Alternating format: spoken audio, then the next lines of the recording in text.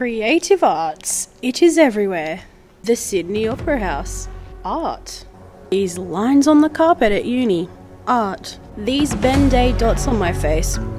Art. Anytime you've gone to the movies or watched a performance or read a book or looked at a painting, all of those things are creative arts. The creative arts can literally be anything and everything. I've always been extremely enthusiastic about the creative arts, so I thought this assignment was going to be very, very easy for me. I grew up dancing for literally 10 years of my childhood, and I studied arts at university in my bachelor's degree.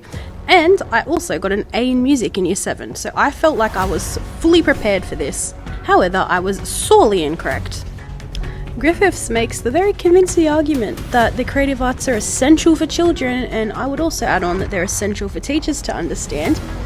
After all, how better can I prove that I have met AITSL Standard 2, know the content and how to teach it, than presenting you all of the content that I now know? I started this creative arts journey through trying to convince myself I could figure out music without looking anything up. In fact, I decided I was going to just print out the piano sheet music and figure it out from there. Have I played the piano since I was 13? Absolutely not. Did I think I could do it anyway? I sure did. Anyway, I was wrong. I don't know what kind of vanity I was spewing that day, because I didn't even know where the keys were on the piano anymore. But luckily, my cousin lives next door to me, and she was able to help me figure out how to play this one song I'm a bit sick of, if I'm being perfectly honest. What's the next bit? And then... Okay.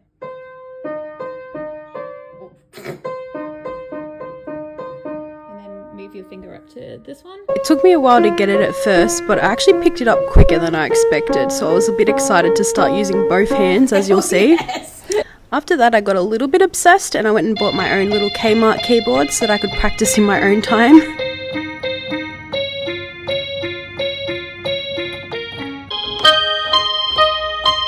And this really made me think about the concept of connected learning. Really only able to learn the piano because I had someone next door to me who knew how to play it and could help me.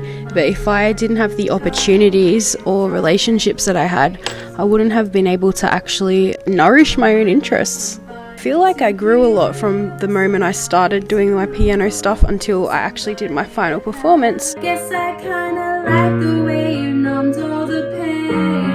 For now the day bleeds into nightfall, and you're not here to get me through it all. I let my guard down, then you pull the rug. This music adventure I've been on has helped me meet Standard 2, know the content and how to teach it. In particular, I feel like Focus Area 2.1, Content and Teaching Strategies, has been met because I feel like I can demonstrate knowledge and understanding of the concepts with a bit more confidence now. Music was a lot of fun to learn, but I've got to admit, dance and art have been quite the wild ride for me so far. I was very much still on my art is everywhere spiritual journey while I was wandering through the streets of Sydney. I came across a lot of art dedicated buildings and sculptures on my way to the Australian Ballet at the Opera House. I learned a lot about the elements of dance and ways to incorporate different dance activities into the classroom from the lovely ladies at the Australian Ballet. This class actually counted as professional development, so I was able to find out exactly which standards I met in this class. My biggest takeaway from this though was the importance of having a motif in a dance routine, and I took that very personally.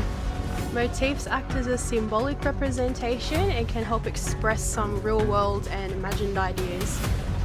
I really enjoyed developing different dance routines and using the elements of dance during our dance classes. Both the dance classes at uni and the professional development offered by the Australian Ballet helped me completely meet Standard 6, engage in professional learning. Especially Focus Area 6.4, because I now feel like I can apply the professional learning in the classroom. I then found my artistic motif. Shopping trolleys. Is an abandoned shopping trolley not a sculpture? There's 3 trolleys. This one at the bus stop and one behind the bus stop. Once I decided shopping trolleys were art, I saw them everywhere. Penrith is an absolute gold mine for shopping trolleys. Here is the proof. call this the triple threat, quadruple threat, quintuple threat. I'm not joking when I say every single time I saw a shopping trolley over a 3-week period, I was taking a video of it and I was thinking of the next artwork I could make that would resemble the shopping trolley. Here's me finishing up a polymer clay shopping trolley, the first in a line of many shopping trolleys. Is that me using the cross-curriculum priority of incorporating ICT? Why, yes it is. I am drawing a shopping trolley on an iPad. This is obviously sped up, but I was quite proud of how it turned out. And I can't talk the talk without walking the walk, so I used actual air dry clay to make a sculpture of a shopping trolley, which had interesting results. I was happy that we had a Van Gogh activity at uni to do because I love Van Gogh, and I was able to put a little shopping trolley in my Van Gogh art. And screen printing, what a great resource to use when trying to demonstrate your obsession with shopping trolleys. I also loved Rachel Jacobs' suggestion that we use an art gallery in our classroom so that the kids can show off their work. So of course I had to do that for my parents with all my artworks about shopping trolleys. Alright, review. You might be wondering, why did I do all of this and have a whole section dedicated to dance and art? Well, I found that my shopping trolley motif leaked over into dance. I discovered that on Fortnite there are a lot of shopping trolleys and there are also a lot of dance moves, so I thought what better way to honour my shopping trolley adventure other than trying to, you know, incorporate some little Fortnite dance moves that I feel relate to shopping trolleys and creating something different. It's really important to show kids that they can create artistic expression by getting out of their comfort zone, and I thought the best way to get out of my comfort zone was to go and make a little dance routine next to a shopping trolley in the Mount Druitt car park. I've tried to incorporate music here too by making my own songs to all of these videos, so yeah, here we go. It isn't fair, I've had enough, now I want my share, can't you see?